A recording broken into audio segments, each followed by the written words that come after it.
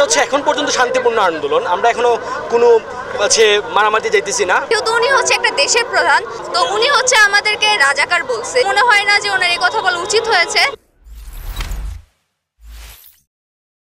আমাদের আন্দোলনটা হচ্ছে এখন পর্যন্ত শান্তিপূর্ণ আন্দোলন। আমরা এখনো কোনো মারামারি যাইতেছি না, আমরা কোনো হানিতে যাইতেছি না। কিন্তু আমাদের কথা হচ্ছে আমরা হচ্ছে এখন সুষ্ঠুভাবে আমাদের যেটা আগে যেটা ছিল কোটা নিয়ে এইটাই আপাতত বহাল রাখতেছি। আমাদের আর কোনো প্রক্ষেপ নেই যে আমরা এটার জন্য চাইতেছি, এটার জন্য আন্দোলন করবো। কিন্তু রিসেন্টলি কালকে থেকে প্রধানমন্ত্রী এক বক্তব্যের পর থেকে সারা দেশে একটা উত্তাল সৃষ্টি হয়েছে। যেমন এখন হচ্ছে কুমিল্লা ইউনিভার্সিটিতে অনেক মারামারি হয়েছে, চট্টগ্রাম ইউনিভার্সিটিতে, জাহাঙ্গীর ইউনিভার্সিটি কালকে রাত্রে থেকেই অনেক ধরনের ঝামেলা হইতেছে। ওরা পুলিশরা তারাই হচ্ছে কি আরও সহায়তা করতেছে। কিন্তু আজকের যে আমাদের স্বাস্থ্যের যে অবস্থান আজকে আন্দোলনের কোনো সমস্যা হয় নাই। আমাদের পুলিশ স্যার যারা আছেন তারা আমাদের সহযোগিতা করছেন।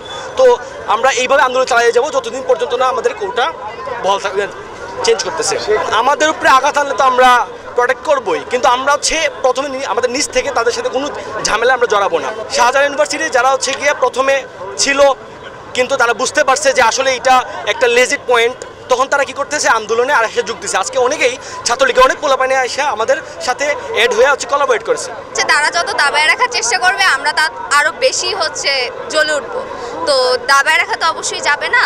আর আমাদের আন্দোলন যে যৌক্তিক এটা হচ্ছে বাংলাদেশের প্রতিটা মানুষই জানে, এবং তারা আমাদের সাথে একাগ্রতা প্রকাশ করছে প্রতিটা সেক্টর থেকে। এমনকি পাবলিক ভার্সিটি না, আমরা দেখতে পারবো বাংলাদেশের বিভিন্ন জায়গায় প্রাইভেট ভার্সিটি শুরু করে সবাই আমাদের সাথে একাগ্রতা প্রকাশ করছে। অবশ্যই আমাদের দাবি যৌক্তিক বলে। আর বিভিন্ন সময় আমাদের উপর অনেক সময় হামলার চেষ্টা করা হচ্ছে। এটা নিউজ দেখা যাচ্ছে যে বিভিন্ন ভার্সিটিগুলোতে হামলা করা হয়। এতে দেখা যায় যে স্টুডেন্টদের মধ্যে ভয় ভীতির থেকে আরও বেশি তারা সাহসী হয়ে উঠছে। এবং আমরা এই জন্য আমরা প্রত্যেকটা আমাদের আন্দোলন তো থামবেই না, বরং আরও দিন দিন আরও মানুষ বাড়বে, আরও জোরালো হবে। যেহেতু উনি একটা দেশের প্রধান, তাহলে ওনার উচিত ওনার প্রতিটা কথা পুরো দেশের উপর প্রভাব ফেলবে, ছাত্রছাত্রী থেকে শুরু করে সাধারণ মানুষ।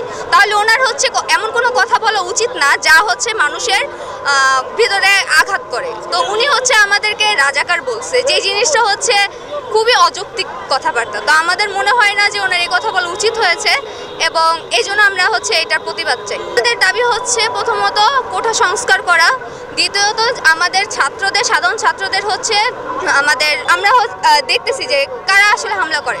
তো প্রতিবার দেখা যায় যে ছাত্রলীগের দলের যারা লোকজন তারাই হামলা করে।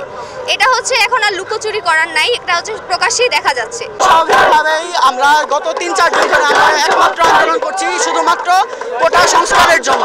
আমাদের দাবি একমাত্র একটাই, আমাদের দাবি মেনে নিলে আমরা রাজপথ থেকে সরে যাব।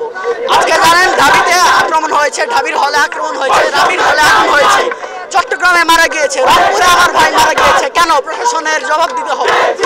আমার ভাই মরলে কেন এর জবাব দিতে হবে?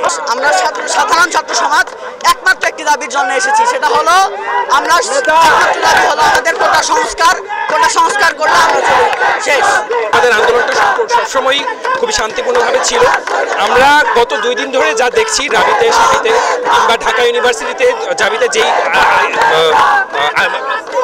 হামলাগুলো হয়েছে, আমরা এগুলো খুবই তদন্ত চাচ্ছি এবং এর বিচার চাচ্ছি। এবং এর প্রতিবাদে আসলে আজকে আমরা এখানে শান্তিপূর্ণভাবে কর্মসূচি করছি, এবং আমরা ধারণা করছি এখানেও হামলা হতে পারে। যে জিনিসটা আপনারা জানেন সেটাকে আসলে আমাদেরকে প্রশ্ন করার কোনো দরকারই নেই। গতকাল আপনারা দেখেছেন ঢাবিতে হামলা করা হয়েছে, কোনো একটা জাহাঙ্গীরনগরে হামলা করা হয়েছে, এবং সেই একটা গোষ্ঠীর দিকে আমরা আঙ্গুল তুলছি।